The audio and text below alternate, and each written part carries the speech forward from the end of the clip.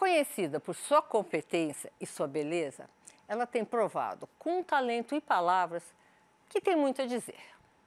Converso agora com Bruna Lombardi, poeta, escritora, atriz, apresentadora, roteirista, produtora de cinema, empreendedora e ativista ambiental. Bem-vinda, Bruna. Bem-vinda ao nosso programa. É um prazer te ver sempre. Bruna, vamos começar pelo seu novo livro. Que está aqui para você. Eu não pude... Deixa eu mostrar para a câmera antes. Tchans! Manual para Corações Machucados. Obrigada, Bruna. Vou ler com atenção, mas me espanta o nome do livro, Corações Machucados. Você está há tantos anos casada e bem casada, com um filho lindo. Aonde é que teu coração machucou? Olha, tem duas coisas aí que eu vou responder em duas etapas. A primeira é o seguinte, eu sou uma pessoa que escreve, eu sou uma ficcionista, escrevo romance, escrevo poesia, escrevo série, roteirista, roteiros de cinema. Toda a lista que eu disse. Aquela coisa toda. Né? Então, assim, se eu fosse escrever só sobre a minha pessoa, eu iria limitar muito. Quando eu faço uma série ou que tem 150 personagens, eu tenho que escrever a voz de cada um. É enlouquecedor, mas é o trabalho que a gente tem. Então, um livro ele é resultado de uma observação do mundo. Eu saio de mim para olhar o todo, o outro. E eu sei, mesmo em mim, assim como nos outros, nós todos temos dores. Nossas dores vêm de lugares impensados ou mesmo de lugares conhecidos. Tem dores que você nem percebe que carrega. Todo mundo carrega seus machucados, suas mágoas, suas frustrações, suas decepções, suas desilusões, seu coração partido em algum momento. E você pode ter tido um pequeno bullying na infância ou um grande trauma. É um misto, a vida é um misto dessas coisas todas. E não é muito pelo que vem de fora, né? É como você recebe o que vem de fora. Esse é o ponto. Aqui. Coração, me corrige, tá, Bruna? Coração, ele fica machucado quando você não espera o que vem do outro. Se você consegue olhar para o outro, ter uma avaliação boa de quem é o outro, o coração muitas vezes não machuca. Eu acho que também é quando você não está preparado, você não tem ferramentas para lidar com aquela situação. Muitas vezes, por que muitos traumas ou muitas inseguranças ou muitas dores nascem na infância, na adolescência? Porque são momentos de uma vulnerabilidade maior, você está se formando, você ainda não está... você não tem mesmo aquela defesa, você não aprendeu ainda a lidar com o mundo, você ainda não entendeu a mecânica da como vida. as coisas acontecem. O que você conta aqui pra gente? Bruna, olha, é fácil de ler, são 88 crônicas. E essas crônicas tratam, elas vão de todo tipo de amor. Todo tipo de amor. Começa, obviamente, quando você pensa em amor, você pensa em relacionamento. Então, ela vai começar com relacionamento. Eu falo um pouco até de mim, do meu. E sobre a maneira como as pessoas se relacionam, sobre o que é um relacionamento, sobre o que falta às vezes e o que a gente esquece de colocar, o que a gente abre mão e o que não abre. E ao longo disso vai para outros tipos, assim, separações, as mágoas, as dores, a maneira como isso acontece, os sinais da vida que a gente não capta. precisa estar atenta. E por aí começa uma abrangência maior. Vai para um lugar onde o amor se torna coletivo, o amor se torna universal, o amor mostra que é um jorro constante, né? Não adianta, ninguém é feliz sozinho, ninguém é feliz fechado, blindado. Você não consegue ser. Você faz parte da humanidade, você não é uma ilha, você é um continente com as outras pessoas. Então, você precisa dessa troca e, sobretudo, você precisa entender o outro, aquilo que você estava falando, entender aquilo que se conecta com você, porque, evidentemente, nós todos estamos conectados. Ô, Bruna, a gente conversando aqui, eu lembrei de uma frase do Chico Anísio. Ele foi entrevistado por uma repórter e ela perguntou para ele o seguinte, falei, Chico, você casou tantas vezes, separou tantas vezes, você não entende de casamento. Ele falou assim, você está enganada. Entendo muito. Eu entendo muito. Eu passei por 9 casamentos, eu entendo de casamento. Quem foi casado com Maria só entende de Maria. Você tendo sido casada há tantos anos... com uma pessoa só? Com uma pessoa só, com um companheiro só entendo dele? Não, não, porque eu acho que quem é um escritor, ele precisa necessariamente ter observação e abrangência. São 2 palavras essenciais para quem escreve. Mesmo que você parta da tua compreensão da coisa, quanto mais você consegue se colocar no lugar do outro, é essencial. Que é isso, eu trabalho como atriz também? Eu trabalho como atriz e como roteirista. Se você, um roteirista ou um escritor de ficção, não pode ter uma voz só. Você tem que ter todas aquelas milhares de vozes das pessoas com quem... E a coisa mais linda, você cria um personagem que às vezes é um vilão, é uma pessoa distante de você, só que são personagens complexos, porque você gosta de camadas, você compreende que as pessoas não são unidimensionais, né? Mas, ao mesmo tempo, você cria esse personagem. A hora que você monta uma série, né? Produz uma série, como a gente fez, e você vê aqueles atores se tornando aquele personagem que você criou. E como é que você faz para fazer isso? A vida inteira você foi uma grande observadora das pessoas, pelo menos eu sinto assim. Da alma humana. Da alma humana, de cada um, como é que se... E, como eu disse aqui no começo, muito mais otimista que eu em relação ao outro. Como você transforma isso em contos, em escrita, em roteiro? Olha, eu faço isso desde menina, eu faço isso, é muito natural para mim fazer isso, né? Na verdade, foi assim, a minha primeira expressão.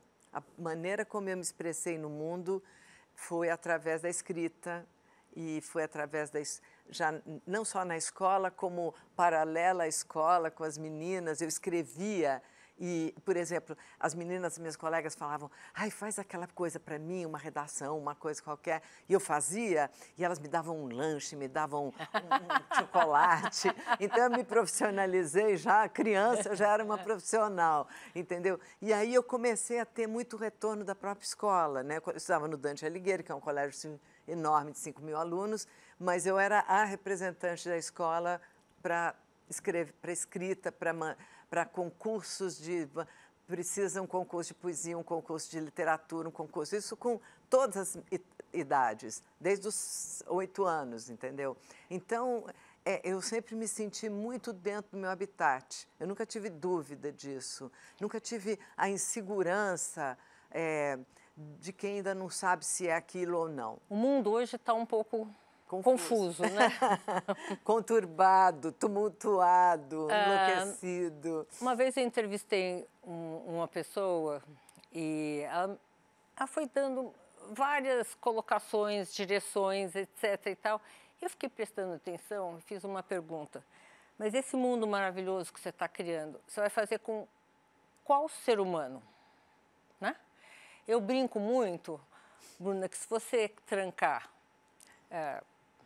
6, 7 crianças dentro de uma sala, der uma bola para cada uma, sair para passear, voltar depois de 3, 4 horas, você vai voltar, uma vai ter 3 bolas, a outra vai ter um olho roxo, a terceira vai estar chorando. O ser humano é muito complexo, para não dizer mal feito, na minha opinião, mas existe muito essa dicotomia, né? Como você vê a evolução do ser humano deste ponto que estamos hoje? Eu acho que a gente vem, se você pensar, a gente vem do barbarismo, né? Barbárie da barbárie. total. Mas a barbárie continua, né? Então De outra maneira. Eu fui para a Grécia há pouco tempo e vi aquelas coisas novamente que eu já conhecia, mas enfim, e você vê a destruição, né? O que você vê quando você visita lindos museus ou ruínas, monumentos, enfim, você vê destruição. Você vê a luta da barbárie contra a civilização. Então, essa é a história da nossa humanidade. Então, a gente vem disso, mas cabe a nós, a cada um de nós, a cada geração, a gente resistir a isso, porque nós só temos essa opção, ou a gente vai para a barbárie ou a gente vai para a evolução. Nós não temos assim... Mas você acha que o ser humano tem essa opção? Eu acho que cada um de nós tem essa opção, cada um de nós é, sem dúvida nenhuma, um agente transformador. E eu acho que, para te dizer, para responder a sua pergunta, como está a evolução, eu acho que a evolução da humanidade é cíclica, né? Ela é em espiral, como praticamente tudo na vida é em espiral. Se você olhar, inclusive, assim, grandes movimentos científicos, a física quântica, de onde você se mexer, você vai ver a presença da espiral. Só que essa espiral, ela tem uma ascendência. Ou seja, a gente volta para os mesmos pontos. A gente vai melhorando, você acha? Né? A gente volta, de fato, para os mesmos pontos. Olha, eu estou aqui vivenciando hoje uma história muito parecida com a história da civilização contra a barbárie. Estou vivenciando isso, mas eu estou vivenciando alguns pontos acima. Nós temos hoje algumas denúncias. Quando você pega um filme de época, por exemplo, onde os pais batiam muito nos filhos, sabe? Esse tipo de coisa. Hoje, não que não façam o mesmo, mas você tem uma denúncia, né? Então, essa pequena diferença já é uma pequena diferença. Maltratar um bicho hoje é um crime. O racismo hoje é um crime. Essa denúncia é uma pequena diferença, é uma pequena evolução. Eu tenho uma frase do Martin Luther King que eu amo, que diz assim: nós não estamos onde devemos estar, ainda não somos o que deveríamos ser, mas graças a Deus não somos o que éramos. Eu observo que, às vezes, a natureza da pessoa ela já vem com uma natureza assim mais difícil. E o que controla essa natureza? O que você disse agora, a denúncia. E não a evolução real, assim, disso não aconteceu. Olha essas guerras. Eu vou dar um adendo ao que você disse. Eu acho que a denúncia é uma decorrência. O que controla, na verdade, é a educação, é a conscientização.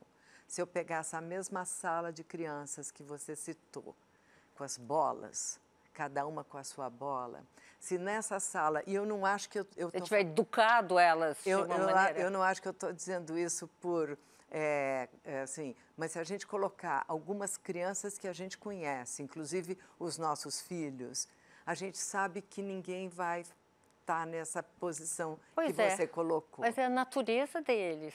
Não é só a natureza. Nós somos um misto de natureza e compreensão. A minha natureza é uma natureza do bem, né? Mas talvez se eu tivesse sido exposta a coisas terríveis, talvez... Ia continuar do bem, Bruna. Eu ia continuar do bem, mas talvez eu tivesse outras revoltas, né? Eu, por exemplo, eu tenho uma coisa que eu digo, que eu nunca fui uma menina boazinha. Eu nunca fui. Mas boazinha não é sinônimo de bom caráter, de boa pessoa. Mas sempre, a vida inteira, eu fui uma pessoa do bem. Sabe, caráter, estar ali, saber o que diz. O que eu disse há 10 anos atrás vale para agora. Minhas entrevistas do começo da minha carreira são praticamente com mais compreensão as mesmas de hoje. Isso é uma coerência de caráter, né? E isso eu tenho. Eu tive uma vez uma conversa, eu fui entrevistar, a jornalista entrevista todo mundo, uma pessoa muito mau caráter. Acabou o almoço, etc e tal, conversou, e ele quis fazer um elogio e falou: Sônia, nossa, que bom você ser bom caráter assim. Eu virei para ele e falei assim: eu não tenho opção, você tem? Ele fingiu que não ouviu. Porque não tem. Não tem opção. É isso que eu estou te falando, a natureza humana. Assim, eu acho que você nasce com algumas coisas difíceis de mudar. A educação, sim, ela melhora, porque ela cria barreiras.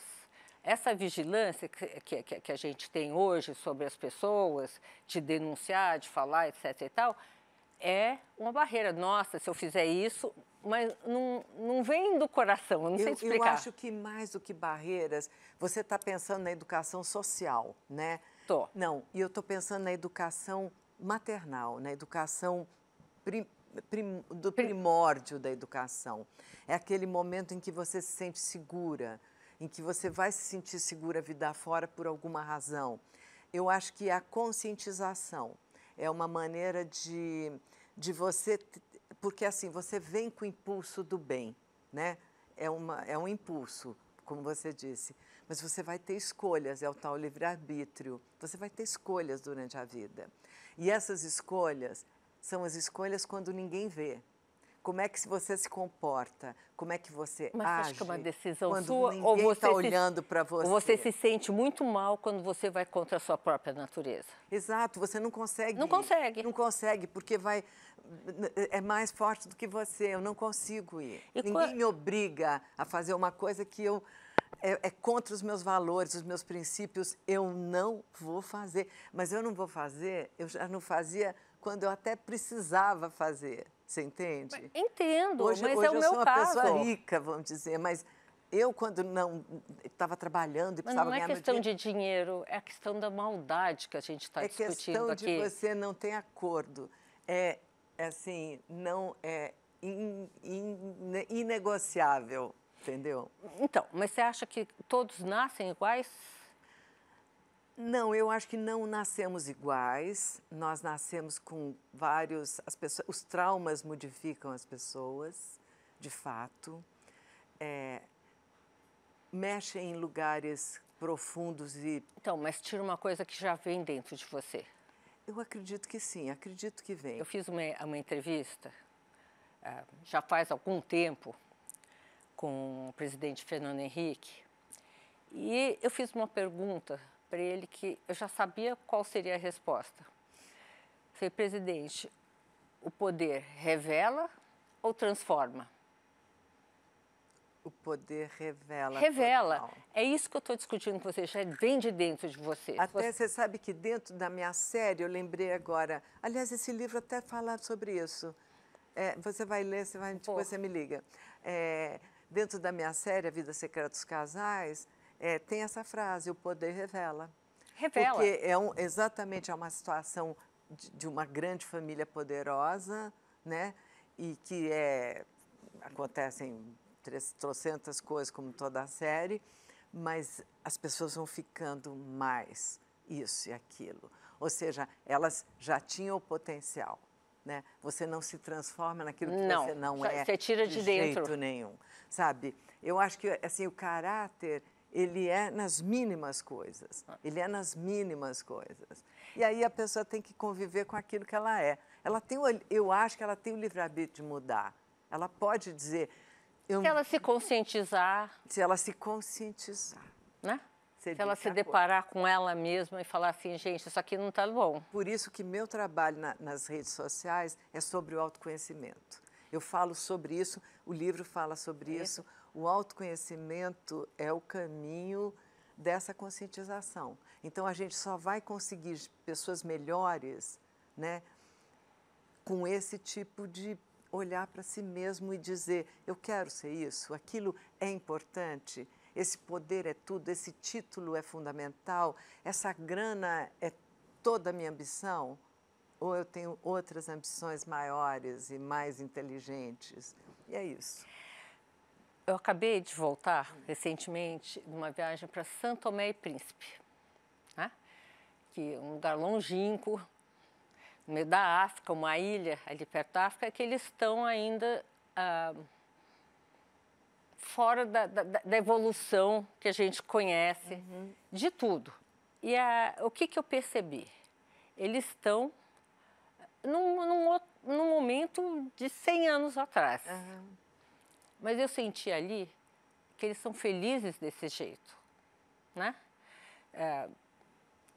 Um quer trabalhar muito, cata um cacho de banana, enfia a mão no mar, cata um peixe, né? Eles foram uma possessão de Portugal até 1975 e desde lá aconteceu muito pouco. Mas será que a civilização tem que entrar lá dentro e falar assim, olha, vocês têm que viver almejando mais? Mais o quê? Eu tenho sol, tenho comida, tenho jeito... Bom, isso é a história da colonização do mundo, né?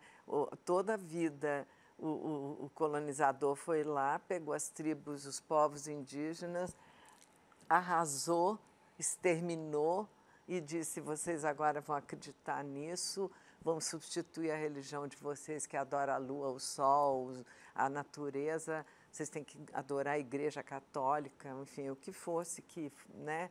E é a maneira isso que destrói. O homem compreende a conquista, mas é uma conquista ilusória, né? Tanto que até hoje eles brigam por essa conquista. Até hoje você tem bombas e ameaças, Coreia do Norte, Rússia, China, você tem os grandes blocos mundiais num estado de alerta permanente. Se isso é viver, se a passagem pelo mundo de uma pessoa é essa, deve ter algum karma mesmo, porque eu não acho que essa é a melhor maneira de você passar pelo mundo. Há um dedo de detonar tudo e o poder, assim, de pensar que cada segundo você pode ser ameaçado, envenenado, morto. É aquela coisa, né, do Shakespeare.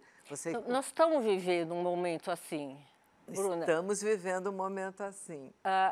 E isso tudo acoplado à inteligência artificial, né?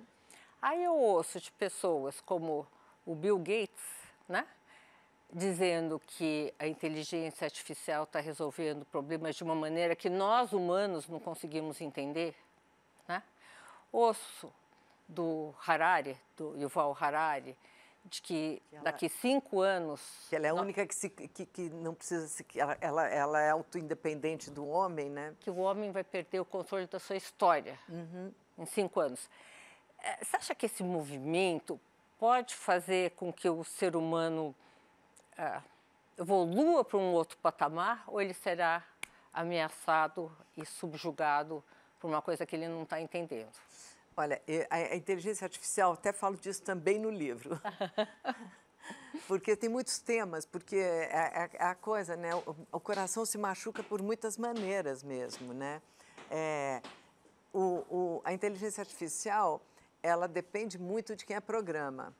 Hoje, se você tem uma inteligência artificial em casa e se você consulta ela para qualquer coisa, você vai ver que a inteligência artificial tem valores e princípios, embora ela não tenha discernimento, né? Mas o que seriam valores e princípios? É assim, ela acredita no bem, porque de alguma forma foi colocado ali na programação alguns valores do certo e errado, né? De alguma maneira. Daqui a 1 minuto e meio, no tempo mágico, daqui a 1 minuto e meio vão programar de outra forma. Vão dizer, não, é como aquele jogo War. Se programasse a inteligência artificial com gotas de racismo ou desejo de guerra, seria uma outra inteligência artificial. Então, a maneira como ela é... Tá, estou entendendo. Você acha que ela está sendo construída numa coisa do bem, assim, benéfica. Ela precisa ser, porque se ela não for, aí realmente não temos como...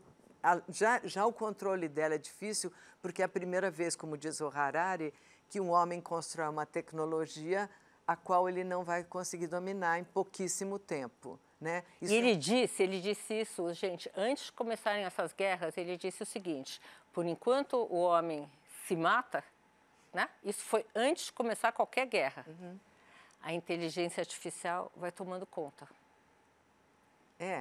Então, a gente tem, ela vai ser autossuficiente, mas construída por uma mente, ou por milhões de mentes, né? e o que essas mentes vão alimentá-la, do que ela vai se alimentar, é isso que vai depender tudo. Você é otimista em relação a isso? Eu preciso ser.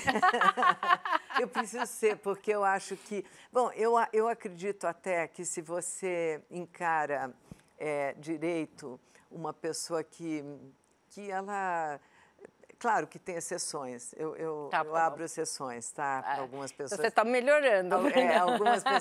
Algumas pessoas não têm solução, mas assim, de uma maneira geral, se você conversa com alguém puxando o melhor lado dele, você vai ver que ele também se identifica com isso, sabe? Que é possível Estamos concordando. Isso à tona. Entendeu? Então, não é um caso perdido. Agora, tem algumas pessoas que, por vontade própria, por falta absoluta de inteligência, por de educação, de referências, né? de todos e qualquer nível de humanidade, né? Eu acho que eu divido a vida entre humanitários e totalitários, sabe? Quanto mais as pessoas se enquadram, quanto mais o cara é totalitário, porque discute-se muito essa coisa de esquerda e direita, óbvio, mas as duas pontas se tocam. Elas são tão radicais e fanáticas quanto a outra. Eu concordo com você. Então, essa discussão, ela acaba se invalidando por si só. A conversa é: que nível de ser humano que a gente está lidando? Ele é humanitário, ou seja, ele se preocupa com os outros, com o coletivo, ele compreende a sua conexão com o coletivo, ele entende que ele precisa atenuar o sofrimento alheio para poder ele mesmo ser mais feliz? Ou ele é totalitário, ou seja, ele quer um domínio absoluto, ele descarta o outro completamente, se o outro morrer, tanto faz, não se incomoda absolutamente com o sofrimento alheio e por aí vai. Então, essas duas características humanas precisam ser reveladas. E isso não tem nada a ver com esquerda ou direita? Não tem nada a ver com esquerda ou direita. Tem uma frase do Nizam Guanais, que ele disse já faz há muitos anos, mas que eu guardei, que é o seguinte: ele disse isso num discurso em Nova York, em inglês. Ele disse: "There is no more left or right." Isso em português significa: não existe mais esquerda ou direita. Existe right or wrong. É ótimo, né? Que é muito bom, quer dizer, certo ou errado. E essa é a divisão que... Eu acho que assim, o lado humanitário é um lado importante, é o lado da empatia, é o lado assim, eu me importo que você esteja sofrendo, ou I don't care, não me importo, entendeu? E isso é o diferencial. E essa mesma sala das crianças é isso, as crianças que se importam. Isso depende de uma conscientização, de uma educação e, sobretudo, de uma felicidade. Pessoas felizes querem que os outros sejam felizes. O programa de hoje, gente, está terminando. Obrigada pela companhia e até semana que vem aqui na Band News.